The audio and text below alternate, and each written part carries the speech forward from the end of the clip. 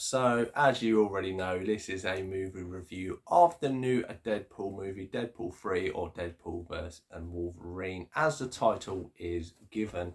Anybody who's seen the trailers, there's quite a lot of stuff out there for it. This is a kind of an evolution of the story of Deadpool, of where he wants to have a team up now with Wolverine. It's kind of following on from the team up with Cable in the last movie, and then it goes into the kind of multiverse. We touch on bits from the kind of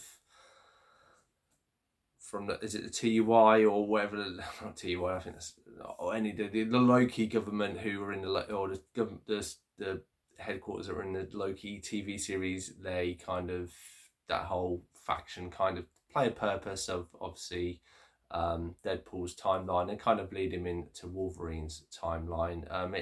It's a bit of the trailers don't really give that away, which I think is quite a good thing. There are a lot of things that the trailers don't give away for this movie, which I think is a good thing. There is a bit during the credits, which I thought was really good, and there is an end credit scene. They kind of all tie in the whole kind of trilogy of Deadpool and this movie.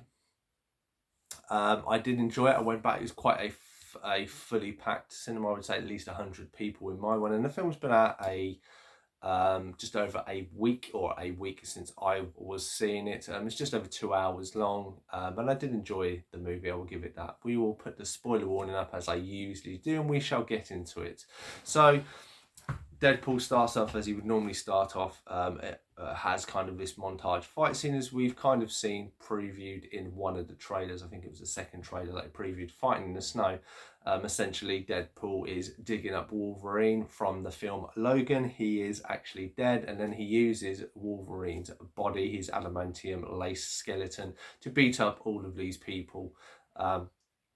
As most of this fight goes on, he does it to Bye Bye Insect, which I actually thought was quite great. I mean, I went into this movie, I'm not the biggest Deadpool fan, and I'm not the biggest Wolverine fan. I have read a lot of X-Men comics, and I have read Deadpool series before and stuff like that. And I do like them. I just feel like the characters are maybe a bit overused and in their face. But that's just to give you the pretense of what I went in for. But anyway, so we have Deadpool, so he fights with the body of Wolverine.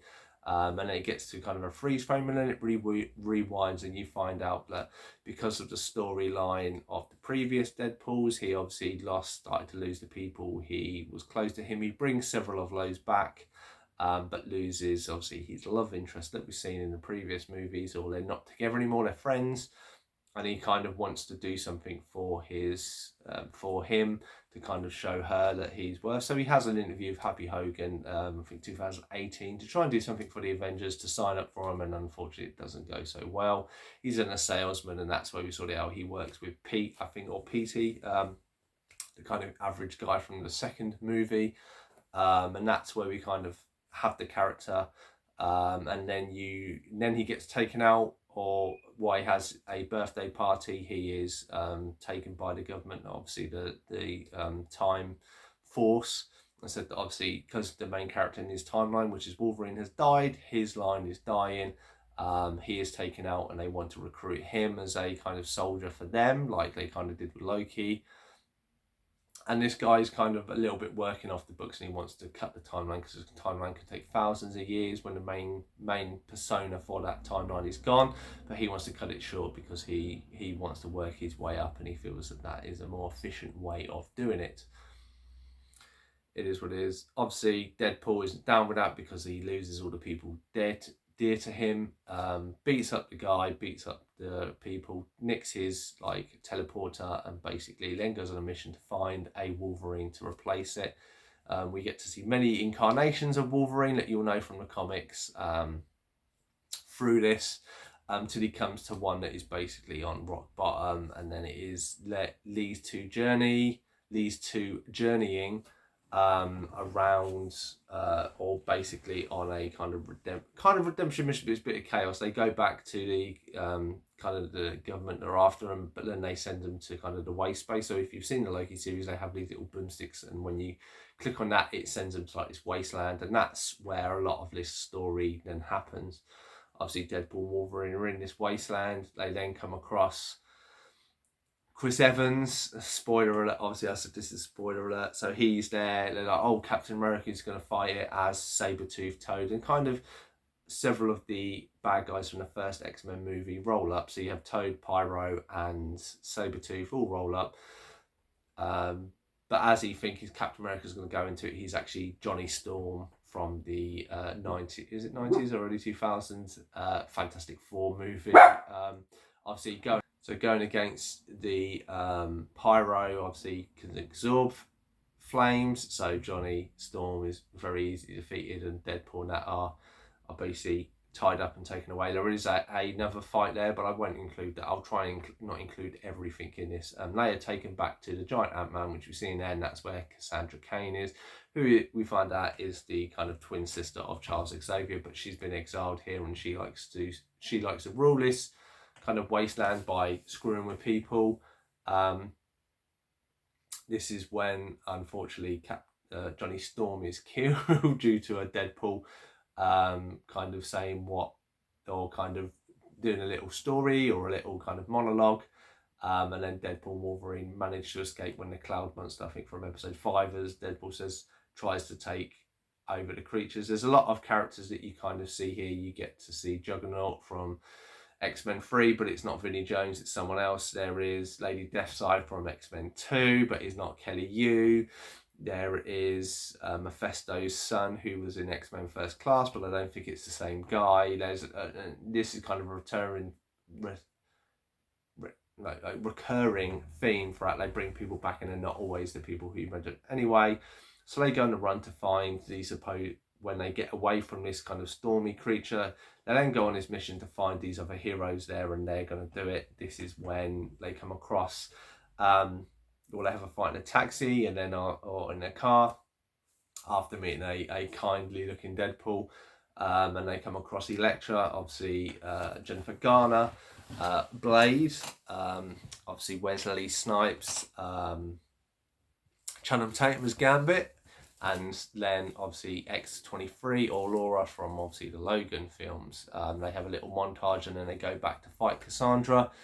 There's a big fight between all of them.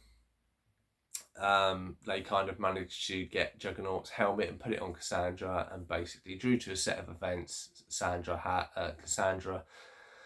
has a fling ring, and then she does the little spell and then sends Deadpool and Wolverine back into the normal world to stop this device from his timeline going in. As they get here, then they are confronted by the TVA, I think that's what they're called, and then the bad guy of this movie brings out all these alternate Deadpools. This is by Lady Deadpool, which as we now know is Blake Lively.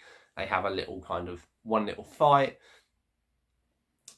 Wolverine and that go down into to try and stop Cassandra, because Cassandra was also in this time has come back into reality and got this device, and she wants to kind of rip apart every reality, so only her kind of desolate wasteland is where she lives. And then there is a surprising sacrifice that maybe not works out the way you suspect, and then it's kind of all happily ever after. I say I'm missing out a lot of stuff because there is a lot of twists and turns, and then finally you have like obviously the kind of happy ever after for Deadpool. He admits to obviously his love interest that he still cares about her, and then you kind of have the beginning trailer comes up, and then you see a lot of clips of them behind the scenes of the X-Men movies, and obviously from Ryan Reynolds first choosing the movie, and that was quite nice. That was quite a nice touch.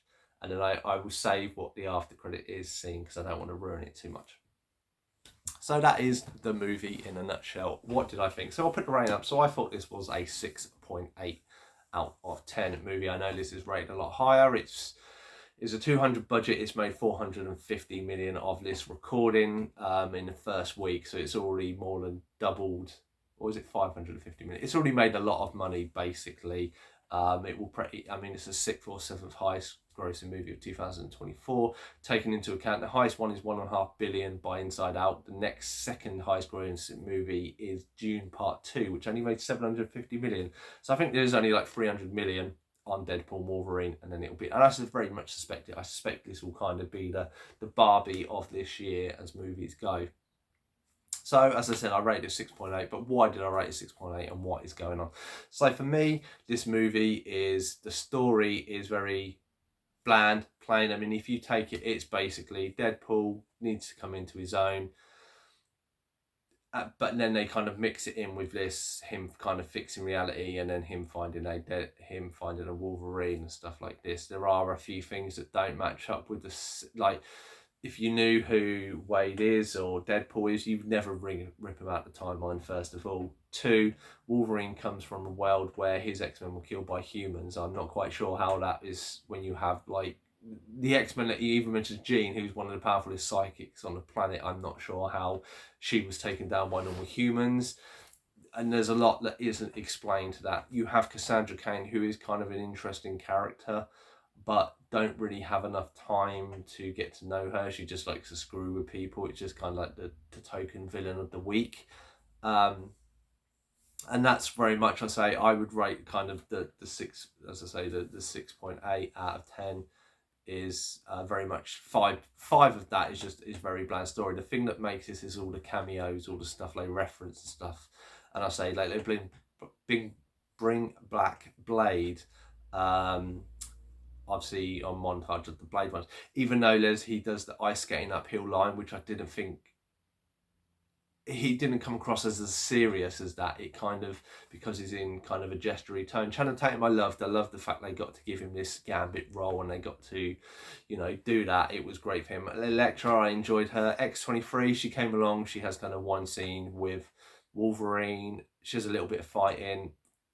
Just too much. There's a lot of this. There's a lot of cameos, I say, with the whole Chris Evans. He takes up a lot of things. It was funny with the Johnny Storm one, and there's a funny bit near the end of the movie with him. But I say, it's kind of, you have this bland story and you just throw all these popular things in there, and I say it's good and you enjoy it, but nobody really gets enough time outside of Deadpool and Wolverine to kind of shine. Even the Deadpool fight, they all come back together, and it was probably like 2-3 minute fight, and then they all get distracted by Pete, and there was stuff like that, and I was like, you get to see Kimiko and Negasonic, Teenage Boy. I thought Lee's characters, bringing them back to have a bit more screen time would have been great. Doesn't happen. Colossus, he's in the first bit. I don't think he even turns up in the dinner at the end, unless I'm mistaken. Obviously, they have the kind-hearted Deadpool. You have Dead Dog, which I thought was quite nice. I say there were funny bits like that. There were some jokes that land, some jokes that didn't land. And I say I did have low expectation on this because I was fed up, and that was the thing of I find in this day and age, and something that's really bad. Like obviously, I waited a week just because I had other stuff on that I couldn't go see it straight away. I'm on groups where they are very prominent with, like, a movie comes out for the next 2 weeks, 3 weeks, you cannot say anything. But there are so many ads, there are so many people posting everything and anything. Like I saw a picture of Gambit and I saw a picture of Blade, but I didn't even think they were in this movie, so I just discounted it. And those bits really, really, I was like, really, like, this day and age, there is so much that is ruined unless you go see it on day one or something like that, and I think that's really bad. Like, I mean, there are sites that were coming up that weren't even related to Marvel or anything else. There's the old Disney one that was showing stuff, and I was like, why? But yeah, that's what I thought of the film. Obviously, Wolverine, it was nice to see him in the original colours. The hood I didn't think necessarily fit as great on Hugh Jackman's head. But it's one of those ones, it was drawn for a comic, it works in the comics. I don't think necessarily that always relates to real life, even though they kind of brought that back. Having the suit without that bit was far enough a good kind of flashback to me. I say, for me, I wish it was kind of something, Deadpool's having his story, doing what he normally does, and somehow he gets maybe get taken by the TVA by mistake or whatever they're called. He gets then sent to different realities which he could have seen, and then comes across this Wolverine. But I really wish this Wolverine, maybe his Cassandra Cain or Cassandra, whatever her name is, the kind of evil Xavier's being Cassandra Nova, was it? That she was the one that maybe took hold of his mind and he killed all the X-Men. And then he's been like searching his life for her, can't find her, and that's why he's down on his luck. Then him getting taken to the wastelands and why he's after Cassandra, it makes sense because she's the one that turned him evil and did it, and that would have been a better redemption arc. I feel like something like that would have made this a far better movie. Obviously, being a franchise, it won't be up there anyway. I say some jokes missed, some jokes, people were laughing at some jokes, and I was like, they're the only people laughing at it, and I'm a bit like, is it me? There was some that some that really did fit, and I mean overall, out of all this, I would say Hugh Jackman and Ryan Reynolds are personification. Like Robert Downey Jr., they are born almost to make these roles, and they're great in their roles, and I don't think anyone could do it. It was an enjoyable movie. For me, I think I enjoyed it better than I did too. It was nice to have all the little nods and that. I said, and all the nods were the things that made this formula story is a bit bland in places. I say, and I mean, if you stripped out all these little people that kept pinning, I mean, there were people like Pyro. He came back, and to be honest, apart from being a henchman and he only had 2 or 3 scenes, and I was like, you could have had anyone doing that. Bringing back like the Juggernaut and Daily Deathside, but not having the original actors and actresses, and not really seeing a lot. Again, nice to have the cameo, not really much to relay it. I'd probably use like the Far From Home, the last Spider-Man movie, that when people were brought back, it was they had a bit more screen time, and and I think that worked more. That worked well for that story, and I think this probably could have worked here, but it is what it is. To say that has been my review. Have you seen the movie Deadpool Wolverine? Let me know your thoughts and feelings down in the comments below. I've been Cypher Sigma Screen Time. Like, comment, subscribe, and I'll see you in the next one.